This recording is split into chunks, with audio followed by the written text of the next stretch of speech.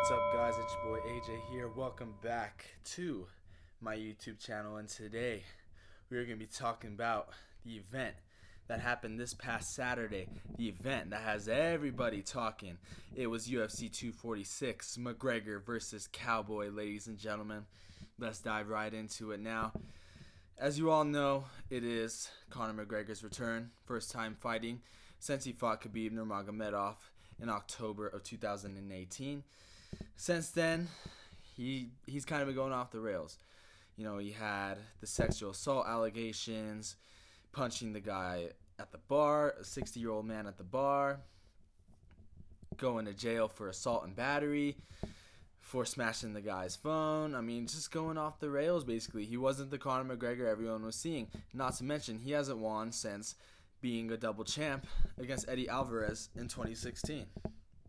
I mean, you wouldn't imagine McGregor being in that situation, being all that he's accomplished in the sport. Basically, holding almost every pay-per-view record in the book. He has records for fighting Mayweather, for fighting Khabib, and now just for fighting Cowboy. And in 2019, the only question was, where is Conor McGregor? Well, you know, he was supposed to fight Justin Gaethje in July at Madison Square Garden. That didn't happen. He broke his hand during sparring, but you could tell in that interview with Ariel Helwani that he had in August that he was really trying to turn his life around, that he was back to his old self, that he wanted to fight 2-3 times a year, whether it be in 2019 or 2020. He was going to fight in 2019, that December 14th card, where Kamaru Usman and Kobe Covington headlined, but it got pushed to January 18th. That's where he announced his return to Moscow, Russia. And that was it. It was announced Thanksgiving that he would be fighting Donald Cerrone. Now, I figured it was a perfect fight for him to come back. Cerrone holds the records for most wins, most finishes, most post-fight bonuses, most fights won by a head kick. He holds it all, man. And it's honestly crazy to think that Cerrone doesn't even have a belt. He might as well have a belt for all the accolades he has. He sure has had a shot at the UFC belt, but didn't really do anything with it. Got smashed by RDA. Fair play to him. But this was a good fight for McGregor to come back as. You know, it was very rough, very difficult for Conor to find an opponent because he has so many options. Like, oh, is he going to fight Masvidal? Is he going to fight Edgar? Is he going to fight who? That was the big question, was who is he going to fight? I personally thought, all right, maybe he's going to fight Khabib again. He's been climbing for that rematch. Maybe he'll fight Khabib. That wasn't the case, though. Instead, he was going to fight Donald Cerrone. And I was a little nervous, not going to lie. That's why I didn't really post anything about the fight. I was a little nervous. But McGregor really showed the heart of a champion. You know, many people were like, oh, if the fight goes in the later rounds, that benefits Cowboy, which could be true. But I believe that when McGregor fought Khabib, one, he didn't look himself. Two, that he didn't tire out. Going into that fourth round against Khabib, McGregor looked like the more fresher fighter than Khabib. And I just personally thought if this fight went into the latter rounds, then hey, it could be a better fight than many people praise.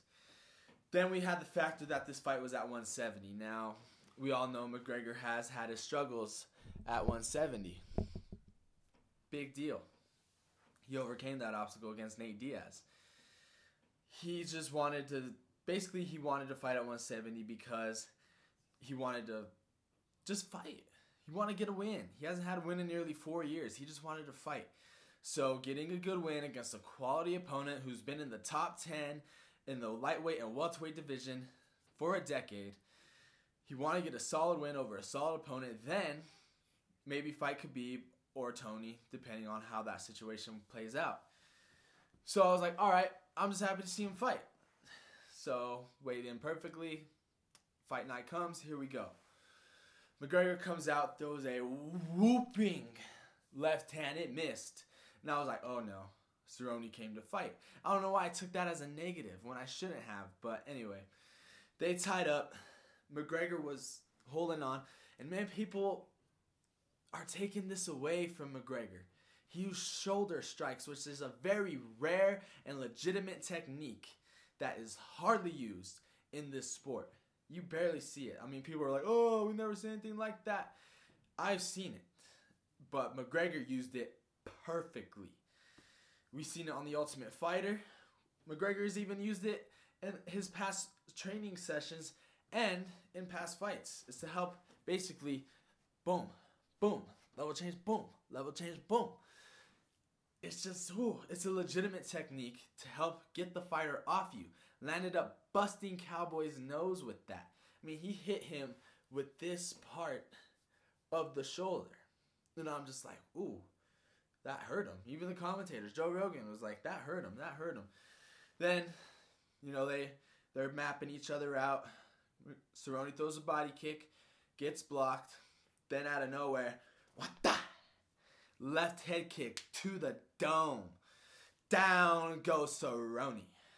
And that was the beginning of the end. McGregor just jumped on him. Big left hand. Right, left, followed him to the ground. Right, left. Boom, boom, boom, boom.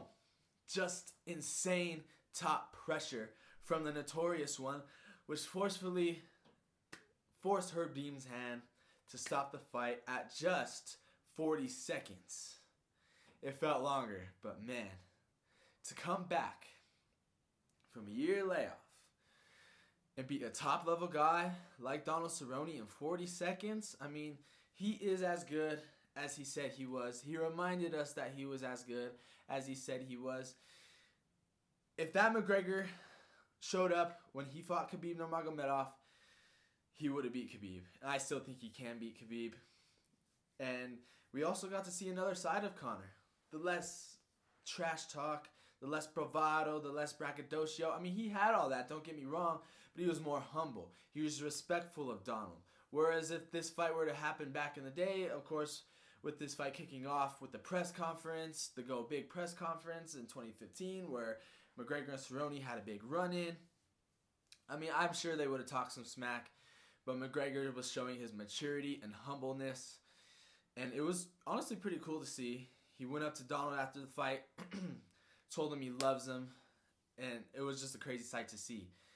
Cerrone's grandmother came up to McGregor. They hugged. McGregor's like, you raised a hell of a boy, and it's a way different side that we've seen of Conor, that many people, that the casual fans are just like, whoa, what the heck? We didn't even know about this. You don't know the sport then, Now, don't get me wrong, Cerrone is an amazing, tough competitor. You can't take nothing away from him. And those who are saying that he took a dive and just all the negative stuff, come see me. I'm about that. Because he didn't take a dive. He fought, but McGregor just was too powerful, too strong for him. That was it. Broke his nose, left the big facial fracture. That was the fight, man. That was the fight. The king is back, ladies and gentlemen.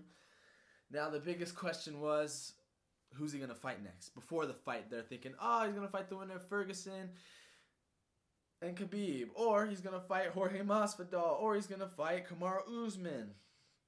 He could fight anybody he wants. He could fight Justin Gaethje, Paul Felder, Frankie Edgar. He could fight Volkanovski if he wanted to. He could fight anybody. He's even talked about fighting Manny Pacquiao, Floyd Mayweather, Paulie Malignaggi. I mean, just a who's who of guys that can really sell out a venue.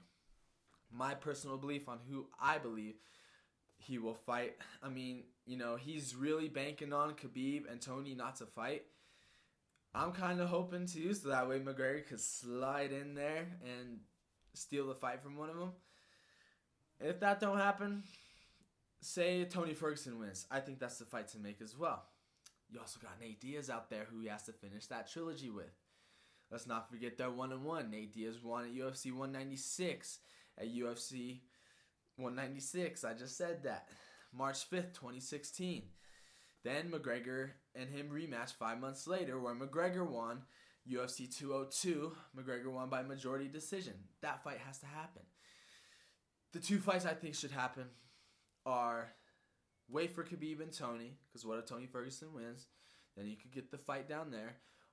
Masvidal and Usman seem like they're about to fight. Or I think you should fight Nate Diaz. Nate Diaz is totally unavailable. You know, out of every single guy McGregor has a chance to fight, why not make it Nate? He even said, let's go, Nathan. I think that's the fight to make. That's dollar signs for the UFC. Make it the International Fight Week card, the original UFC 200 card that was supposed to be on. Just do it, man. Just do it. Oh my gosh.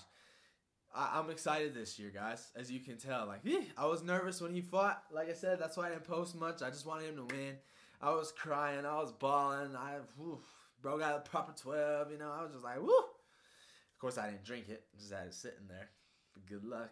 Gotta wait till I'm a little bit older for that.